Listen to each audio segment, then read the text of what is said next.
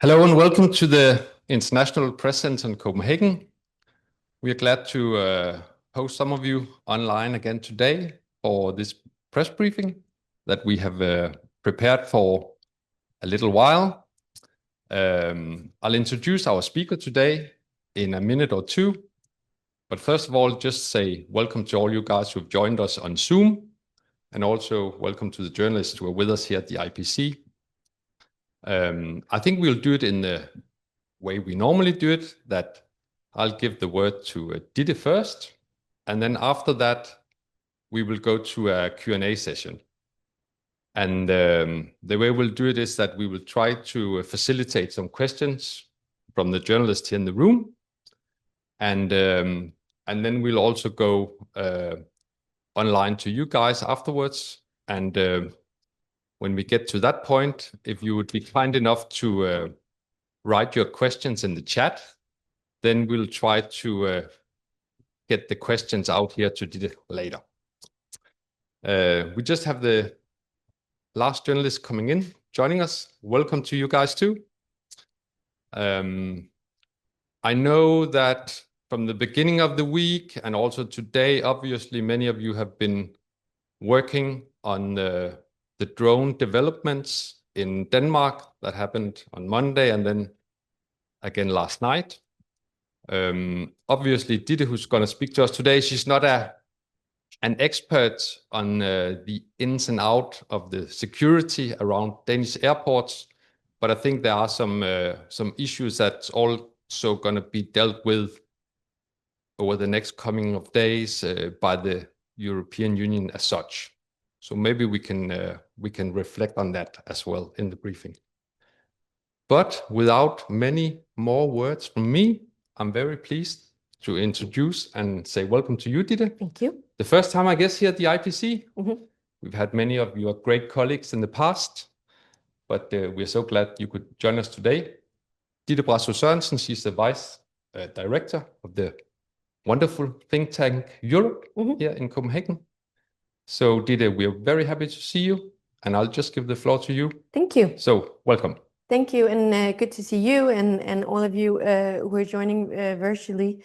So we agreed that I won't speak for that long. I can give you sort of a few lines of what is happening this week with the summits, the upcoming summits as well next week. We can speak a little bit about the presidency and the priorities and what will likely happen and unfold over the coming months. But then I think it's actually more interesting for me to try to sort of hear your questions and see what we can take from there. I think that would be much more relevant for everyone in the room. So just to say that I only sort of pinpoint a couple of points. So obviously this week is all about the drone attacks that on Monday and then last night also. There was a press summit, just a press briefing by the ministers earlier today that I'm sure that many of you has heard already. So I won't sum up that. But as was already said, I'm no drone expert. So my interest in that issue around drones is obviously the broader context and how that will likely influence the summits, the upcoming summits next week.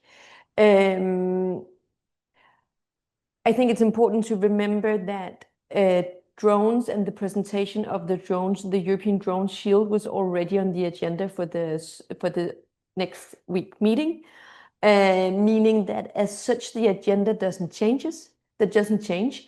Likely, I mean, you would have more focus on this. You've already heard the Danish government and ministers saying, well, this is something that we need to discuss. We need to invoke sort of our European allies and partners on this issue. Obviously, not only because it has happened in Denmark, but because it has happened recurrently in several European countries. You know the drill: Poland, Estonia, and Sweden, and Germany, and so forth, Romania. And Denmark is sort of just one among those countries there. I think looking at the Costas agenda for the meeting next week, it's important to say when when the meeting is held in Copenhagen, and there's obviously a lot of political attention about what can the Danish government, what can we do nationally, and what needs to be done on a European level, there's a risk that it might derail the agenda a little bit for the meeting next week, in the sense that if you look at the Costa's letter, everything was basically about security already. So there were 3 points, right? That was how do we ensure how do we ensure progress in building capabilities? How do we ensure that we can better support the security of our eastern flank, so the European eastern flank? And then there was a third point, which was about Ukraine, and how do we ensure continued military and economic support for Ukraine? I think my worry would be due to sort of the acuteness of the situation and how it's presently felt in the Danish context, that you would see a little bit of derailment towards the 2 first agenda items and a little less pressure on the third one, being the Ukraine issue. There's a meeting tomorrow, which the Danish authorities will also take part in, which is the meeting where countries that are situated on the European eastern flank are meeting to discuss what in particular is needed to protect the eastern flank. How can we go about that? Denmark will take part in that meeting as well. And the only country that will not take part in the meeting that is situated on the eastern flank is Hungary. So you would have all countries lining up, and then Denmark also. And that is sort of a pre-meeting for the summit next week. So we ensure that the countries that are sort of have most experience with that second agenda item has sort of a shared view before going into the meeting. Then when it comes to how can the EU ensure progress on building concrete capabilities, which was the first agenda item, Costa will present the EU drone shield. So how far along are we in those processes? What needs to be done in terms of investment? What is needed in terms of technical capabilities? Which countries are front runner countries here? So who do we need to turn to look and learn? That will obviously take up sort of much of the meeting agenda. So my main concern there is actually that you end up with a meeting that is heavily biased towards the first 2 agenda items, and then because it is so acutely felt in the Danish context that we see a little less traction on the Ukraine discussion, which was also mentioned in the letter. But broadly speaking, it doesn't change the agenda. It's not that something like came in from above and now you have a new meeting and a new situation. This was a reality that was known and expected and recognized also when Costa wrote that letter, and also well before that. So it's not new, it's just more acute. I think that was on the summit next week. Obviously, maybe just the last note on the summit. It's an informal summit, so no agreements will be made. Just to link the summit to the EU, to the Danish EU presidency, obviously security and defense is a major theme in the Danish EU presidency, but also in Danish politics at large these days, and a very sort of key concern for the Prime Minister and also and the rest of the government as well. The very sort of direct link between the Danish EU presidency and the summit is obviously the enlargement agenda, and how do you, as the Danish EU presidency, ensure progress on that agenda? When we speak to the ministries here, there's a sense that no progress will be made on the concrete summit because it's informal. But anyway, it's an opportunity to pursue that agenda and sort of to move forward and try to push for that agenda, which is still, I would say, sort of a key priority for the Danish EU presidency. The elephant in the room is obviously still Hungary, who is still reluctant to let go of any of its veto. So meaning that the Danish aspiration and ambition to open the fundamentals cluster with Ukraine during the Danish EU presidency looks increasingly unlikely, I would say. You still see sort of an official push for that, obviously, because it's in the presidential program and it's what the Danish, it's one of the sort of potential, I think perhaps unlikely, but still sort of potential political wins in the Danish EU presidency, of which there are fewer, and we can talk about that in a second. But there you would see a continued push, but you still have sort of to convince Hungary. And the latest that we get from authorities is that that Orban will not sort of be, he will not, what was the deal the last time? Like he went to the bathroom or something. That will not happen again. That was like a one-off situation. A second thing that would kind of link in a vague way, but I still think would be seen as a political win for the EU presidency, which links to the summit, is any progress on the adoption of the latest sanction package that was put forward by the Commission just last week.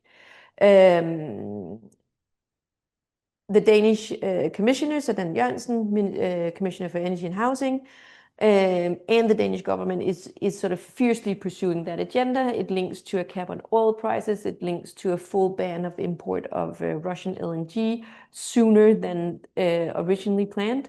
And it links to initiatives on the shadow fleet and also on refineries and so forth, not just on Russian, but also on companies in India and China.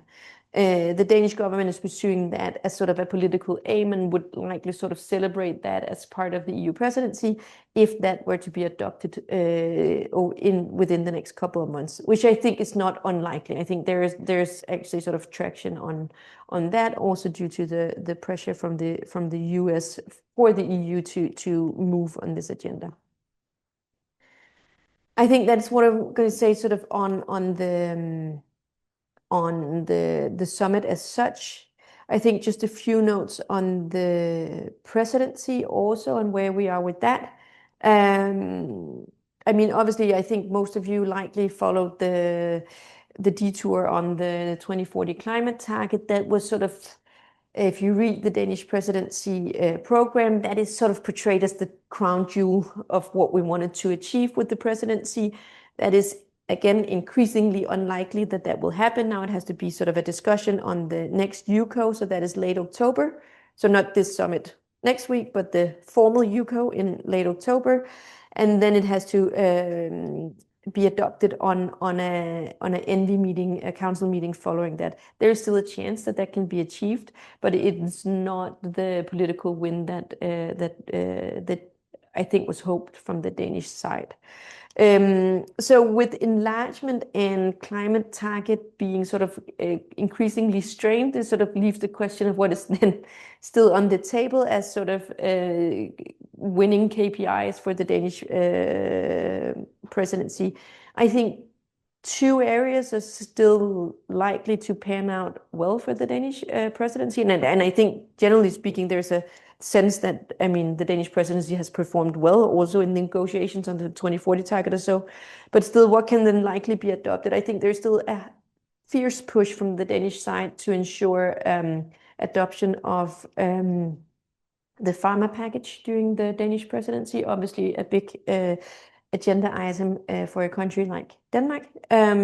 So that's one thing. And then the second thing, which again is not directly linked to the presidency, but which I think could be sort of a major celebration and is sort of a focal point in Danish politics with regards to the EU, is the presentation of the Commission's long-term strategy on migration and asylum. Obviously, that has formally nothing to do with the presidency because it's a strategy and it's presented and tabled by the Commission. It links to Danish politics in the sense that Denmark has, over the past years and also during the presidency, sort of made an effort to become a trailblazer on pursuing a new line on European rules on migration and asylum,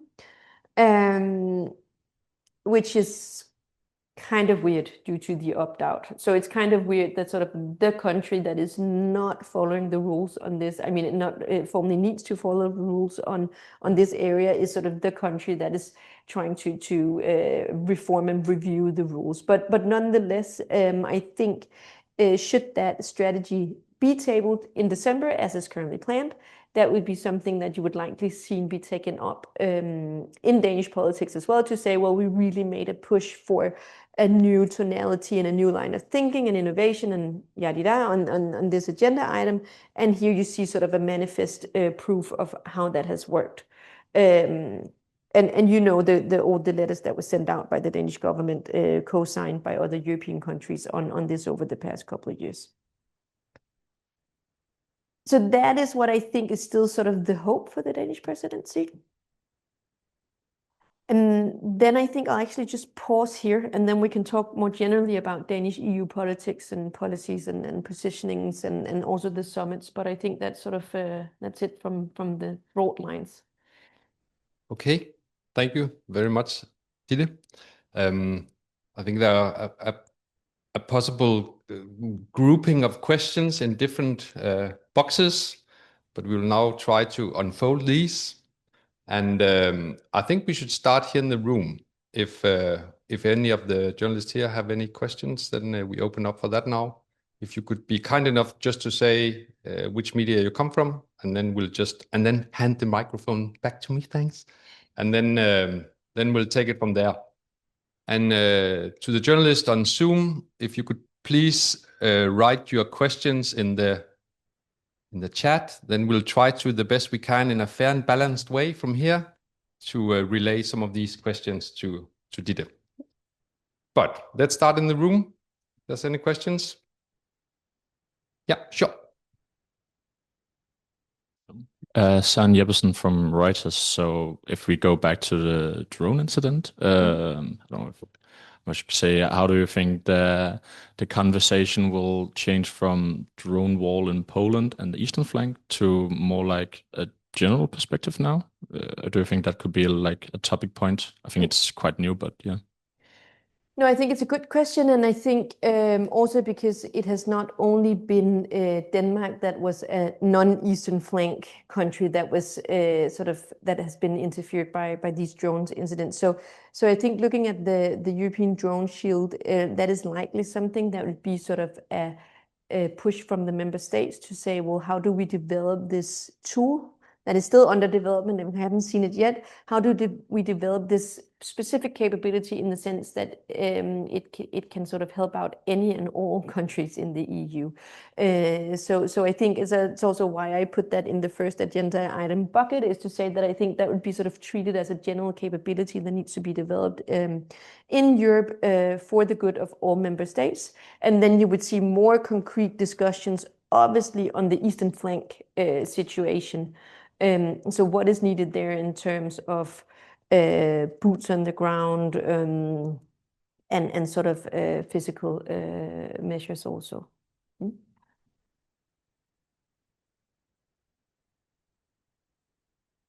One of the challenges that Ukraine has had with its own drone wall has been to decide how it would operate. Would it be a unified system or different systems working loosely together?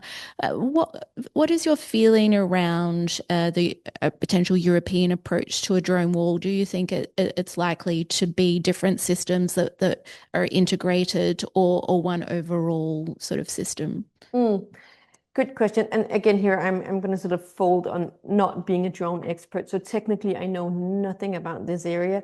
I think if you look towards sort of how early days development of common systems are in the EU, when you look at security and defense, my gut feeling would be that you would look at closer integration.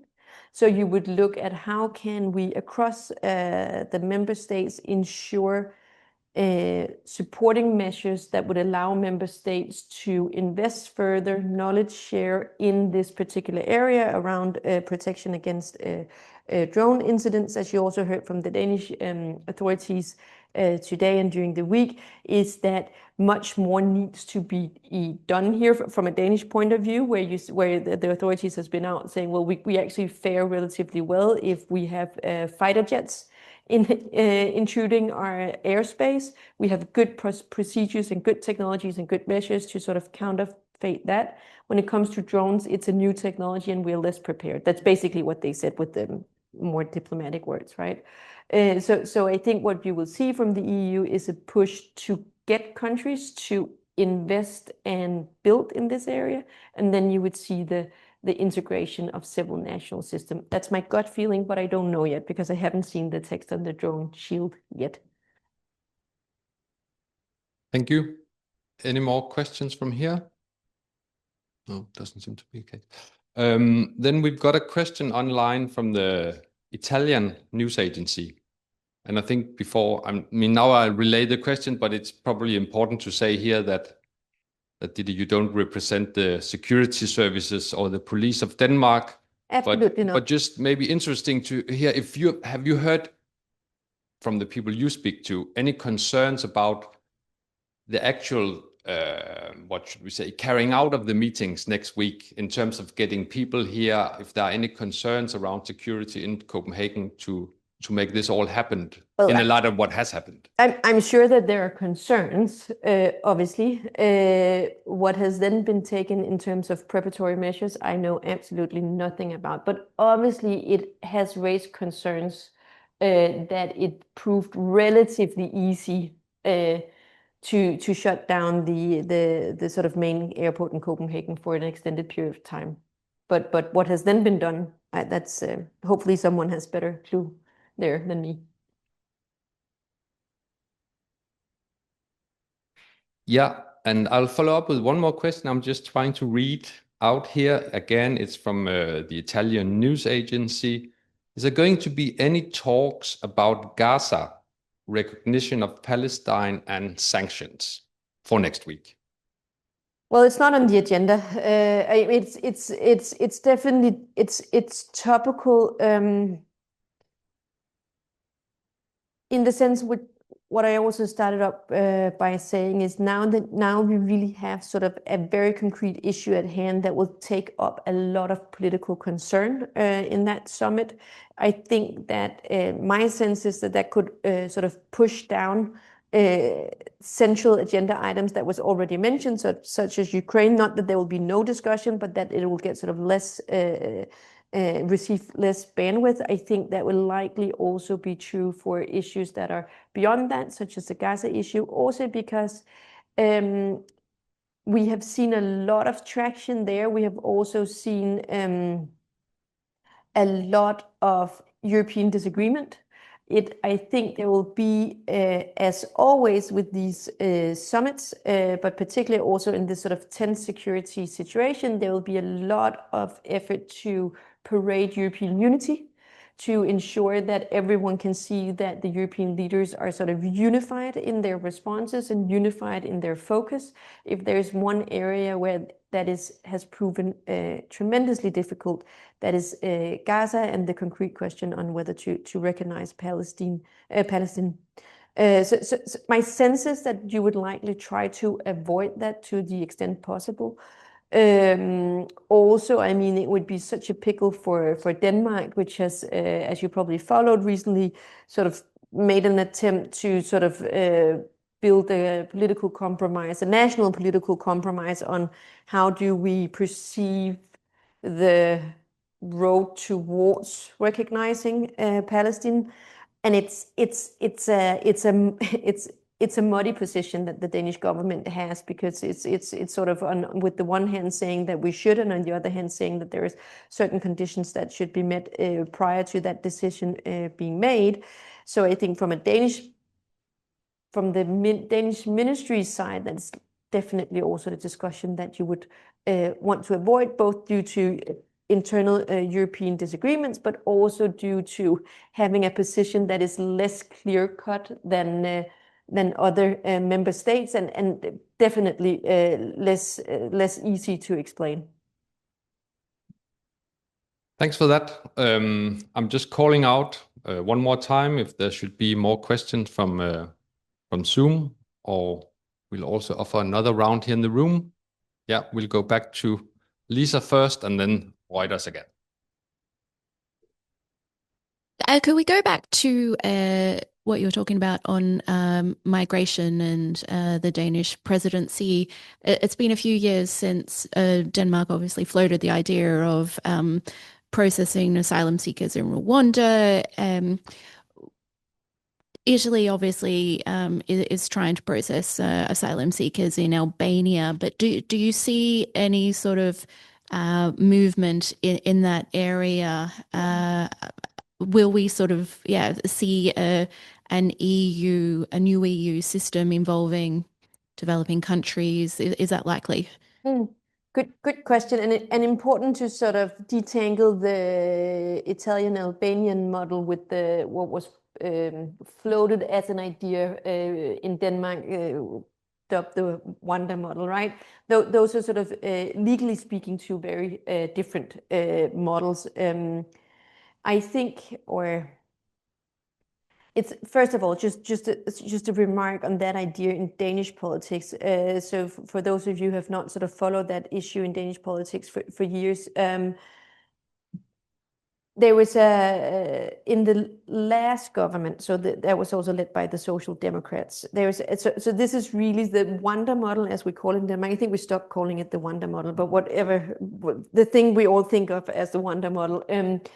That is sort of a project that is mostly, I would say, supported by the Social Democrats. So if you look to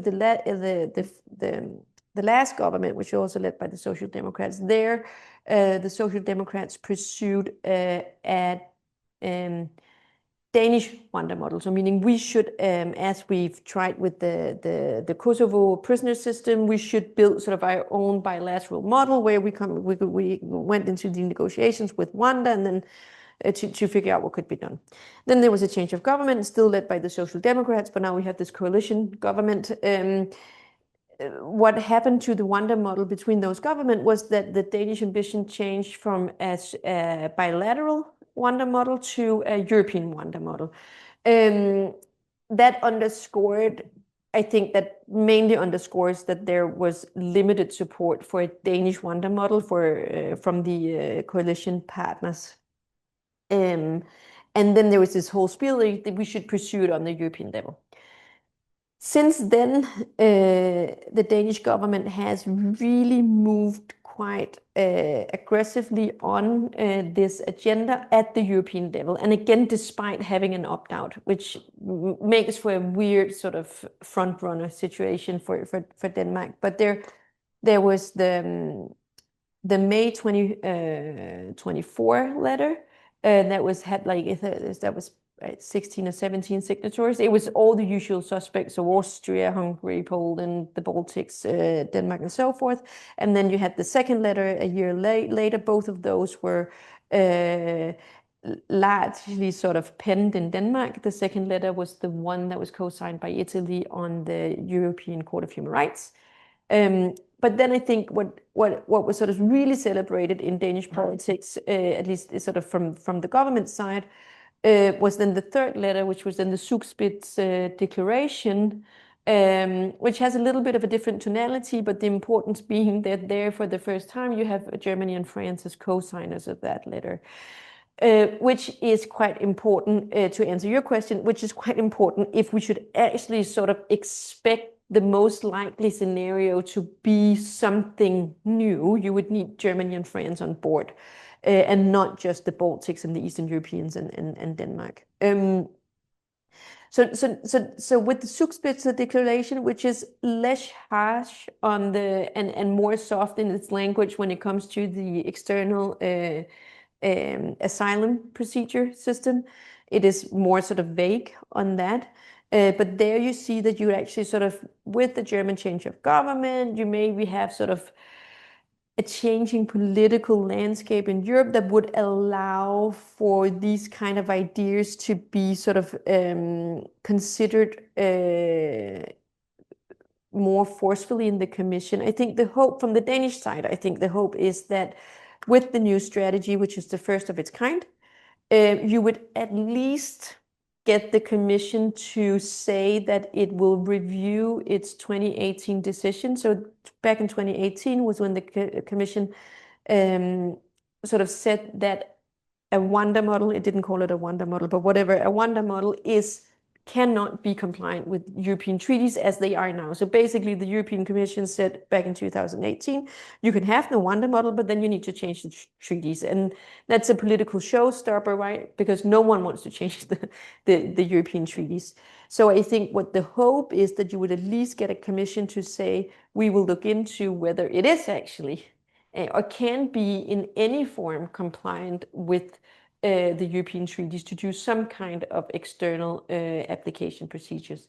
And you've already seen the first example of that is obviously the Italian-Albanian model, where the Commission has said, well, in this form, where it is still Italy who processes the asylum applications, they just do so at a facility that is not geographically located in Italy, but it's still sort of, legally speaking, Italy. And if you're granted asylum on that facility, you will geographically be moved to mainland Italy. So that's very different from what the Danes were calling a Wanda model, because there you would have Wandanese authorities handling or proceeding your application. And if you were granted asylum, the idea was that you would still stay in Wanda, right? Unless there were sort of certain conditions that. So I think what is the hope is that we will get the Commission, or that the Commission will rethink the 2018. And then a lot of additional measures, right? But those are less controversial and less sort of legally sticky. So more border control, more collaboration with Eastern and Northern African states. All those measures that we sort of know and that are sort of buttons that you could screw. But I think that the thorny issue is that, basically, whether the Commission will accept to review its own decision. Thank you. We'll go to Reuters again and then back to Lisa one more time. Thank you. Yeah, okay, just on another topic. So like, can you give us an idea of the scope of discussions on trade policy? I know defense will be a big topic, and immigration, but what about trade policy? We have China and we have American tariffs and legislation on Ørsted, and so what's the scope of it? I would be surprised if it would take up much attention on this summit, meaning the summit that's next week. I would expect it to be sort of a part of the agenda items on the real summit. So the summit in, is it 23rd, 24th October? It's late October at some point.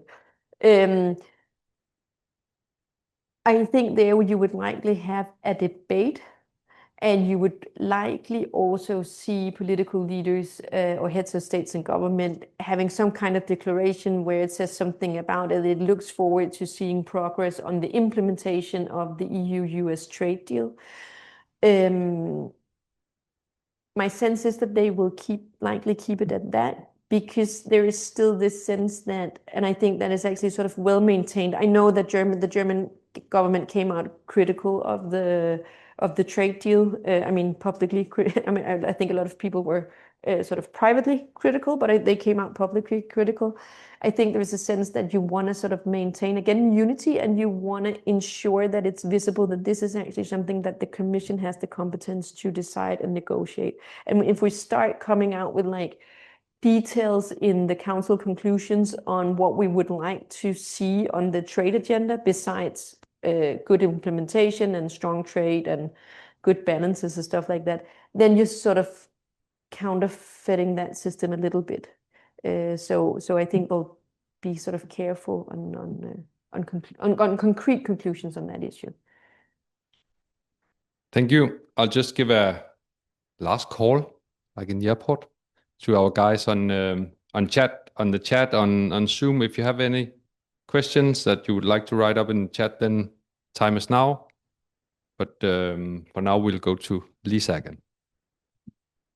Just back to immigration, we know that Denmark is taking quite a hard line. The former Danish immigration and integration minister, Kjær Beck, he went to Australia last year and to the Pacific island of Nauru to see Australia's offshore processing model in the flesh. To what extent do you think the Danes are looking at what Australia has done with its handling of boat arrivals and offshore processing of asylum seekers? Well, as you already mentioned yourself, I mean, he's been there, so I think they are obviously looking at it. Why else would he be there? the issue here is that when it comes to the outsourcing of asylum proceedings, there are not that many places to look, right? So there's this Australian model and its implementation, which has been critiqued. You can go look there. You have very limited options to go look, right? Because it is basically a system that does not really exist on a grand scale yet. You had the British, I mean, I think that there was high hope, obviously, from a Danish side, that the Brits would succeed in not only sort of coming to an agreement and adopting that, but also beginning to implement their system, because then you would have sort of a pilot system to look at. It was basically what the Danish thinking was modeled after. That will, I don't follow British politics that closely, but my sense is that that will likely not happen. Then you at least need a new government and so forth. So that is why I think you see Danish ministers travel to far off sites that are not sort of only seen as success stories, right? Thank you. Any more from here? Doesn't seem to be the case. Then Ditte, I think we'll wrap it up for now. Wonderful. Thanks a lot. Thank you. It's very nice. And I can just recommend for all of you out there, you probably know already, have a look at the Tank Europa website. There's Ditte's contact details there and lots of other competent colleagues. So for all analysis and stuff around Denmark, the EU and so forth, it's a good place to look. And thanks very much for coming today. I know you're busy also coming into next week. But great, and thanks for you guys joining us online and also the people here in the room. I think we'll just say from Copenhagen, have a nice day and see you soon. Thank you.